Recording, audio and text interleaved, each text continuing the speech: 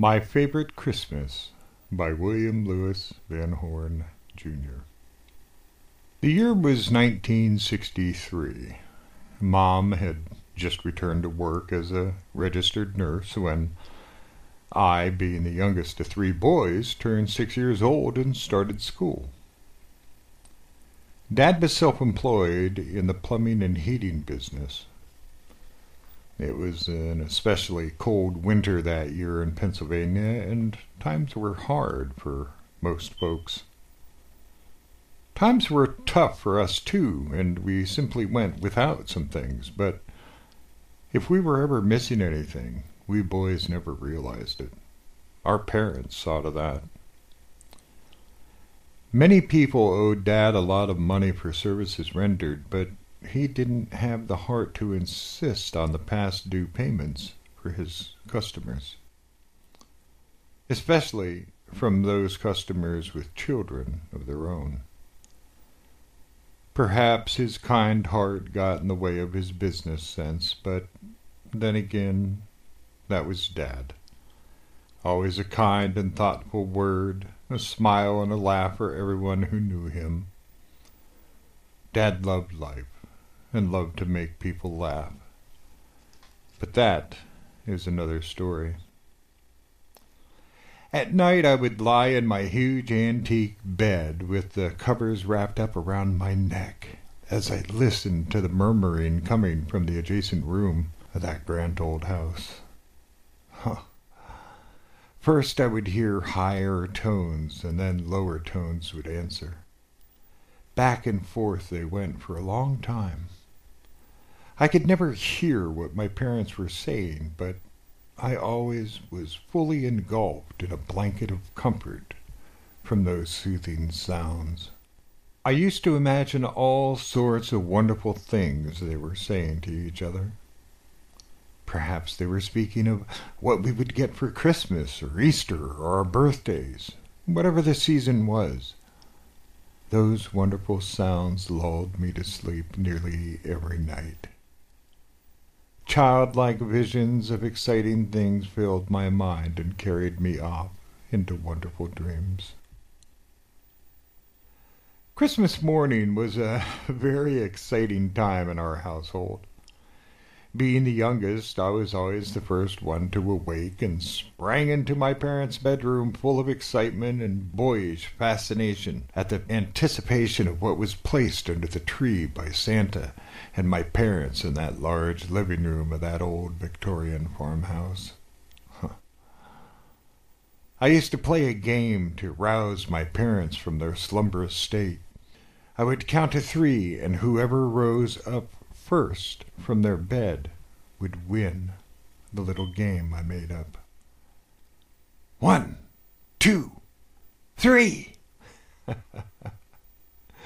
I am sure they longed to sleep a while longer, but this was Christmas, and they always gave in to my little diversion to stir them from their bed and maneuver them in the direction of the staircase while somehow finding the strength to smile at my charming enthusiasm. Before long, my brothers would join me at the rear staircase that led to the kitchen of that marvelous old house. Patiently we would wait for my parents to dress and then join us in our fleeting flight down the back stairwell. Mom always insisted on a hearty breakfast before we opened our gifts, but we could never contain ourselves long enough to gorge on a huge meal, so she would conjure up some homemade hot chocolate with miniature marshmallows and buttered toast, which we would gleefully dip into our steaming cocoa. At the very least, this was something she could get down us before we charged that room that held our awaiting treasures. The lingering smell of Christmas turkey, stuffing, and candied sweet potatoes coming from the old electric stove lured my father, but Mother never allowed him to open that oven door, knowing he would sneak a piece of the roasting meat and ruin the appearance of the half-cooked bird. It was her habit on this special morning to rise at 4 a.m. and start the turkey so that by noontime our Christmas feast was ready for our growling bellies. Dad usually joined her in her early morning preparations. That is, if he hadn't had a service call in the middle of the night from a customer needing heat in their homes, which was so common in the winter months. Gulping down the last of Mother's hot, cold morning brew and slurping the remains of the last bit of soggy toast at the bottom of our mugs, we three boys, clad in our pajamas, lined up at the woolen blanket that covered the entrance to the family room.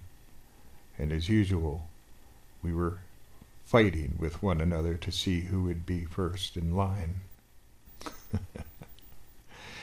Beyond that room was the living room, where we so longed to be, opening up all the decorated packages that awaited us there.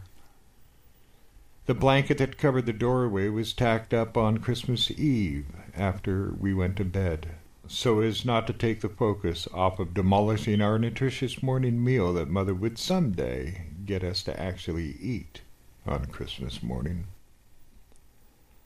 Finally, the moment arrived.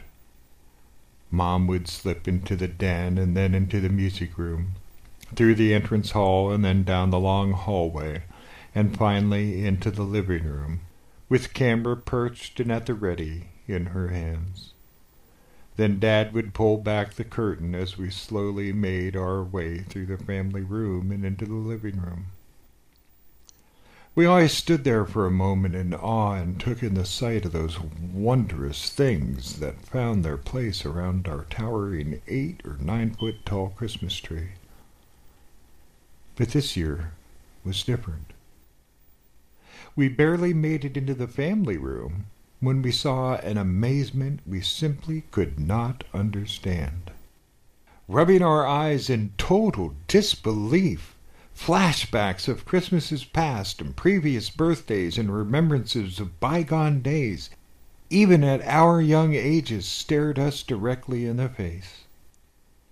A line of our toys, our toys, the toys we loved so much and played with so hard that they had long since been broken and tossed away in an old wooden box in the rear of the basement. Those precious old favorite toys were lined up in a curving row extending from the family room right through to the living room. But now they were all fresh and shiny and new. New coats of paint with old dents pounded out. New or repaired wheels now replaced old worn-out ones. And old dump trucks that no longer worked had their boxes in an upright position, in fine working order once again.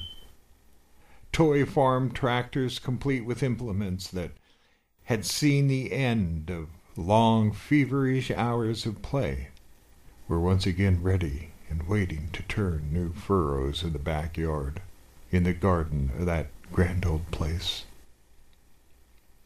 But how could this be? What miracle had taken place in that charming old farmhouse? Swallowing hard as we took in this astonishing sight while the camera flashed from Mother's hands, we flew to the refurbished toys and jumped up and down with complete and utter delight at the incredible renewing of our favorite things. Under the tree were even more presents, and we relished in pure boyhood delight and elation at the Christmas we will never, ever forget. Through that harsh and meager winter, Mother and Father spent many a long and nearly sleepless night, soldering, sanding, hammering, painting, pounding, gluing, and mending our old discarded toys, fashioning them into glistening new ones again. For months their sacrifice of adequate sleep while carrying out their altruistic labor of love made a lasting memory for us and stands as a testament in our lives today as to what real parenting and love is truly all about. There is no sacrifice too great, no selfless effort too large for our parents to bestow on us the abounding love they held for their children. Just as there is no sacrifice too great for God's amazing love that He so richly gives us every day.